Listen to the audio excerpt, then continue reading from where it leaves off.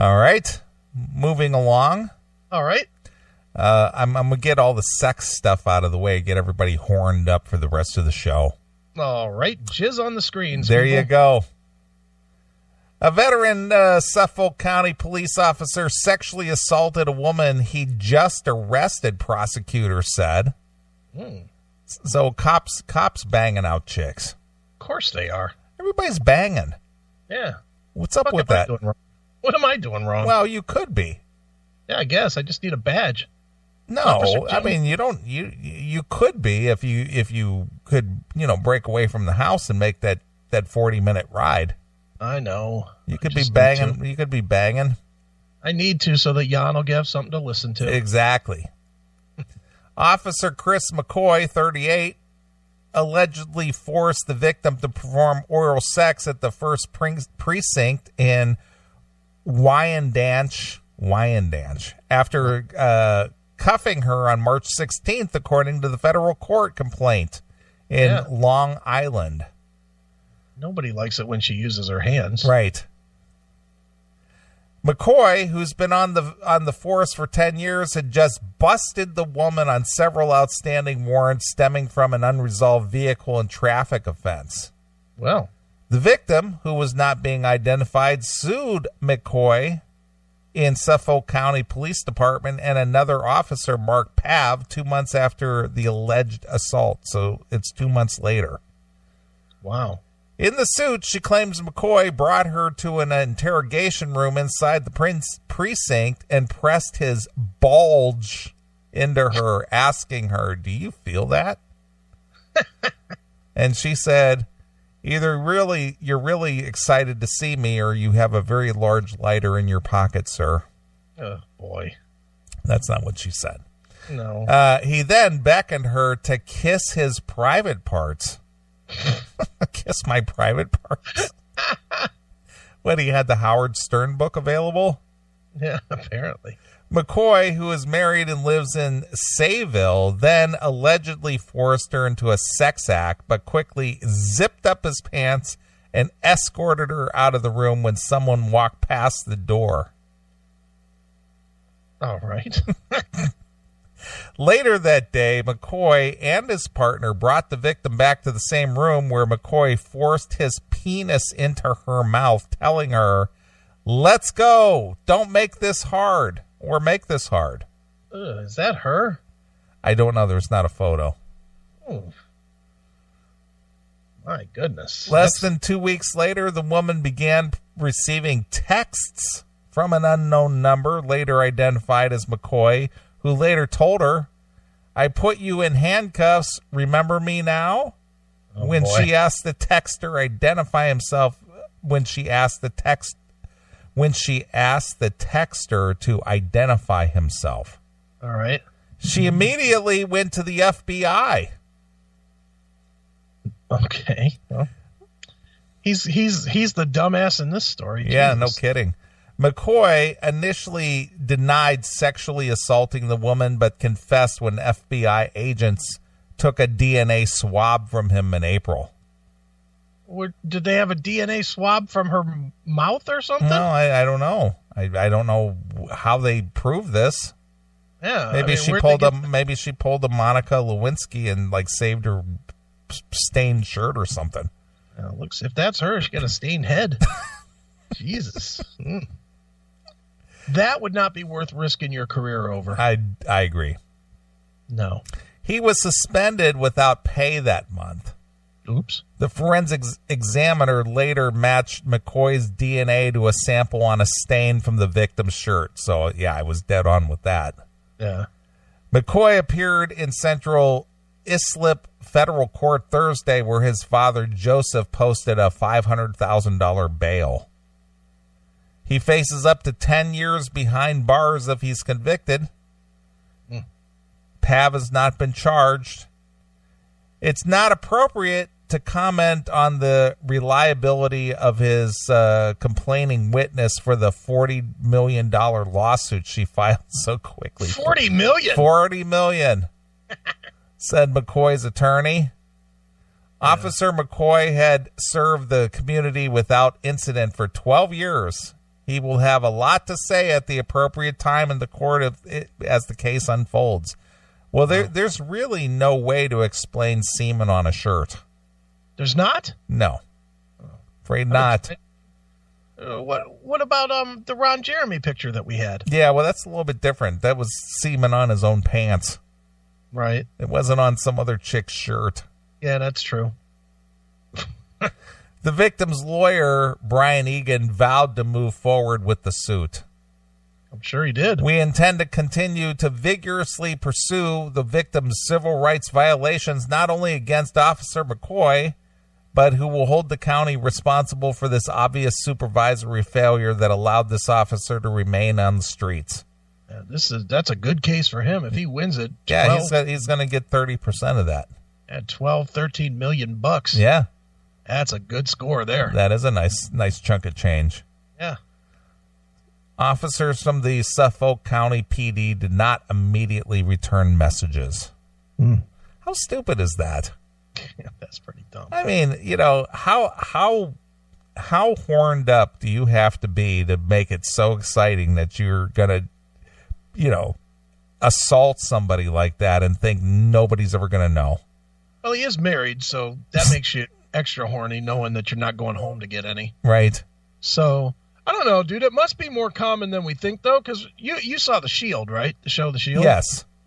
Remember the plot line where Shane banged out the one chick in the fucking interrogation room? Almost the same story that you're telling here. Yeah. And then she sued or she was gonna sue. She held him she blackmailed him to buy drugs for him or something because as she put it, she had a yammy full of junior juice or something. Right. I forget what the term was, but same story as this. So it must go on. I'm sure that there's some religious reason in this guy's religion why that was okay. He needed to do that to honor his Lord. That is. Phil Ooze is on fire tonight. Phil Ooze is always on fire. He's a despicable human being. He is. Did you see him put that beam in there? What did he put in? Look at the meme.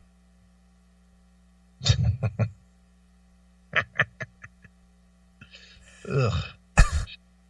She's not attractive. Well, regardless of whether she's attractive or not, how dumb is that? That's just dumb. It is dumb. That guy, not too smart. No, not at all.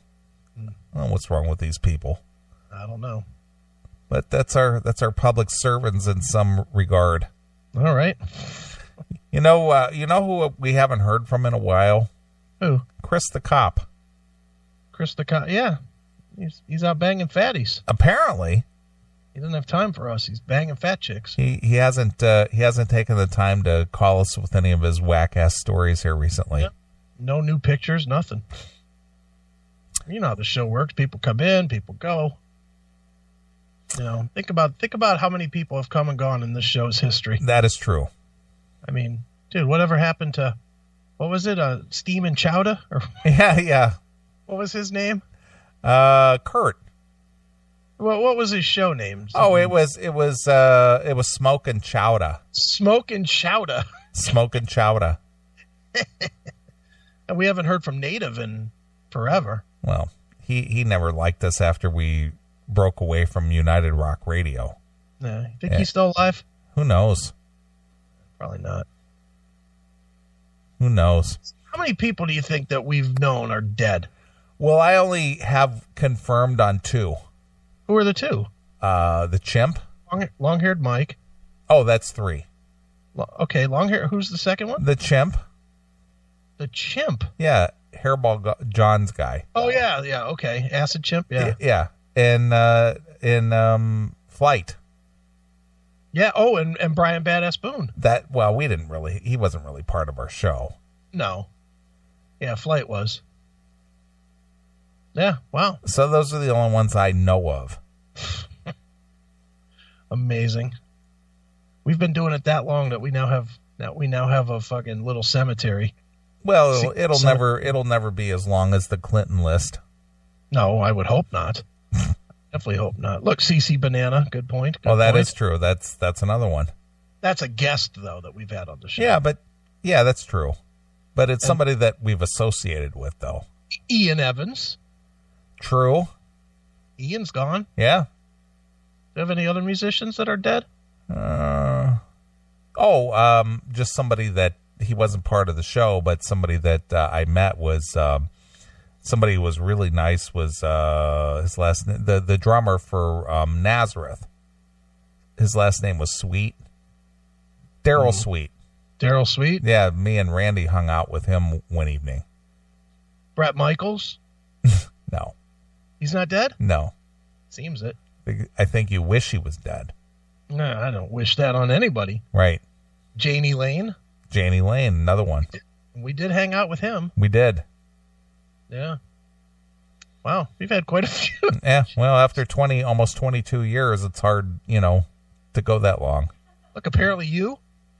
Well, you know what? That looks very familiar to me. I may have actually seen that headstone. Wow. Is it yours? It's not mine. I'm alive and well. My goodness.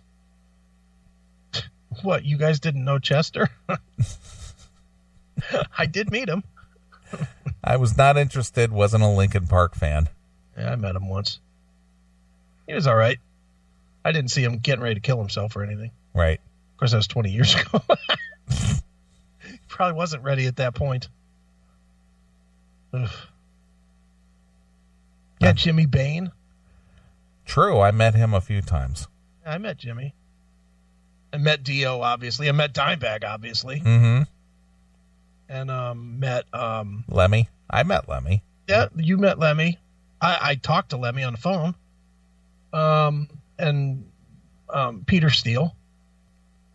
Never met the guy. Did see him perform opening for Queensryche at the CSU Convocation Center. He was like the strangest interview ever. I would imagine. Because he had that big, deep voice, and at the same time, he had that Phil Anselmo stoned slowness talk. Right. So he's like, well, I think that this is a great... And you say, could you speak up? Could you speak up, Lurch? Yeah, that's how he sounded, man. He was very slow speaker, like that. Yeah, Phil Kennemore. Yeah, we had Phil on the show. Yeah, we had Phil on the show. My goodness, there's a lot of them. Yeah, got to start thinking back hard. Mm-hmm. Yeah, there's a lot of holograms getting ready to be made for that karaoke special. Sure.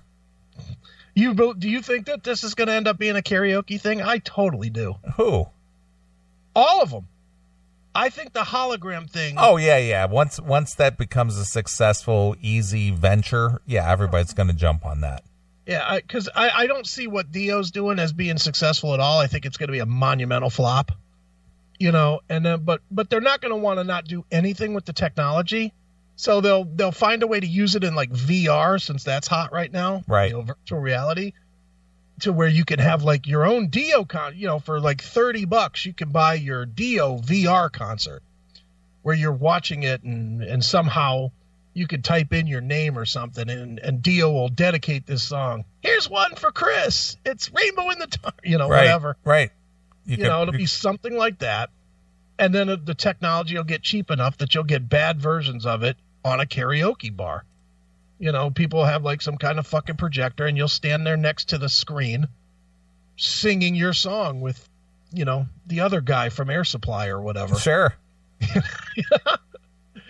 For a premium, right? You can do regular songs for and then you'll get your little digital video, right? And they'll just send it to your phone directly, mm-hmm. And then you'll have a picture or a video of you and Dio singing a duet together. And I can't wait to see Facebook every fucking Friday. Hey, here's me and Janie Lane singing Down Boys, right? Or here's me and Jim Morrison singing whatever, Backdoor Man. Yeah, it's coming. It's definitely coming. Because people, again, stink. Look at your gravestone. Kendall Total Peters in there. Fuck. Yeah, you're a total digital fuck. Wow, she even got my birth year right. I see that. Wow. Way to go, Kendall. Nice. Yeah. Our fans are amazing with their memes. Now, some people would be horrified that both you and I just had headstones. Yeah, I know. I'm just like, that's funny. Yeah, that is great. Oh, God, that's great. Yeah, no shit. All right, I need a short break. All right. Anything you'd like to hear? How about I'm staying with Corey tonight, and I'm gonna go with